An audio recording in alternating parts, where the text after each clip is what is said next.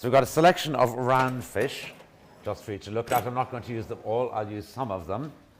As always, when you're trying to learn how to identify fish, trying to find a distinguishing feature is really important. It's like the black eye in the black-eyed bean. It's an absolute giveaway, okay?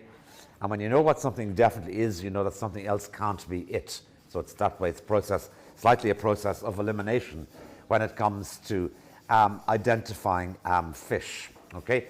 And I am actually going to start off with this tray here. And these are all round fish, by the way, as distinct from flat fish, which are flatter and swim along the bottom of the ocean, basically, and scratch themselves along the bottom of the ocean. So these are round fish, so having the bone structure that I referred to a few minutes ago on the illustration that I did. So I'm going to start off with cod, the first one, because this is probably the fish I'm going to use, and maybe I might use a little bit of something else as well.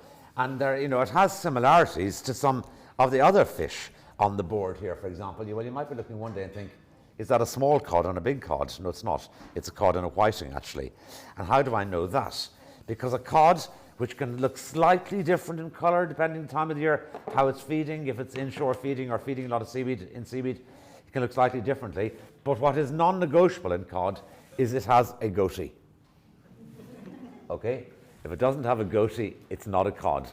There are other fish who have a goatee, but they don't look anything like a cod. Do you know what I mean? Do you know what I'm saying, guys? But generally speaking, blonde appearance, this is looking sort of nice condition, gills are sort of nice and pink and lifelike there, eyes fairly high in the head. That's basically what we're looking for in terms of a fresh fish. Gills looking nice and sort of bright pink, and eyes nice and high in the head, and a firm sort of texture to the fish. But that is a cod, but the giveaway thing there is the little goatee. So I'll keep moving down in a straight line.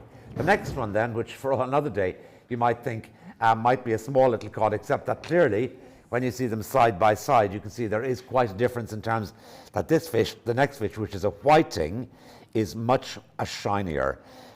And its little scales are much more of a silver sort of nature.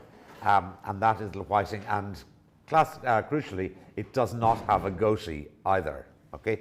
So that's a little whiting. Mackerel, I think most people would be familiar with the very distinctive markings of a mackerel, which is an extremely busy fish, known as a pelagic fish. It's always on the move, built like a torpedo, really. It goes through the water sort of so fast, and all the little fins that used for direction, all the rest of it, they retract, so it's absolutely smooth and sleek and streamlined. Sensational fish, but with very distinctive markings. It's hard to mistake, honestly, a mackerel from anything else. This is a sea bass, and it's a farmed sea bass, which I wouldn't be using, but we brought it in to show you. Again, it's sort of a handsome fish, really. Very sort of silvery in appearance, firm textured flesh, very fine flesh. There's still a ban on ocean fishing of sea bass in this country. You're allowed to fish them from a line, I think I'm correct in saying, from a standing position on the coast under a license. Other than that, any other bass you're going to be buying in this country will have been farmed, unless otherwise it's illegal and it shouldn't be on the fish counter. Wild sea bass is one of the glories. I haven't seen one for many years, in which case I haven't eaten any sea bass since I've seen a wild sea bass. These are the choices you make. Anyway, widely used in the restaurant industry, the farmed ones and so on. You can make up your own mind about that. Now, moving on here, three more round fish. We've got here the humble pollock, okay? And again, there are a couple of different types of pollock. For example, the price of the pollock here in this particular scenario is €7.20 per kilo. €7. No, sorry, it's not. It's costing £4.80 per kilo, which is really not expensive in the grand scheme of things. But this is pollock, which has got sort of slightly soft flesh, doesn't have particularly character-filled flavour either, but when it's fresh, it absolutely has its place.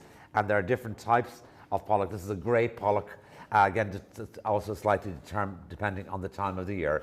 But it's a meaty, fleshy fish, not particularly distinctive flavour. The texture of the flesh is not distinctive either. It's not It's not sort of lovely and sort of firm, but it's worthwhile, definitely. So I would be throwing a lot of everything I have at that when I'm cooking a pollock, like lots of lovely spices and so on. Then it can be absolutely tremendous. The next fish here is a haddock. This is a good fish, white flesh. All of these are white flesh, really. In other words, the flesh inside is white, and when it's cooked, it's white. This is fairly firm textured, the haddock, and the determining feature of the haddock is this thumbprint here. See that mark there? That black mark, which is on both sides of the fish, like that. The other fish that has that sort of marking on it that we use is a John Dory or Saint-Pierre, St. Peter's fish, but has that mark. So once you see something, you think, you're looking at that now, is that a really big whiting? Because another day it could be kind of nearly a really big whiting, but it has the thumbprint or that black mark there on the back, and that tells you it's a haddock. Pardon? Just, yeah, sort of that, yes, there. And then on the other side, it's in a similar position. I'd say just over the fin. In fact, between the lower fin and the top fin there. And then the final fish to show you today is hake, which is a wonderful fish as well. One of my favorite fish. Firm texture, very white flesh, firms up beautifully when it's cooked. And any of these fish can be made au gratin like we're doing today, or pan-fried or grilled. When they're super fresh, in my instance, with the exception of sea bass, which I wouldn't have, they can be absolutely served raw if they're absolutely impeccably fresh, with flavors from various different parts of the world. Hake, wonderful fish, firm texture, slightly different bone structure to a classic round fish, just slightly different, but you can take that pretty much approach to it when you are filleting it. Okay.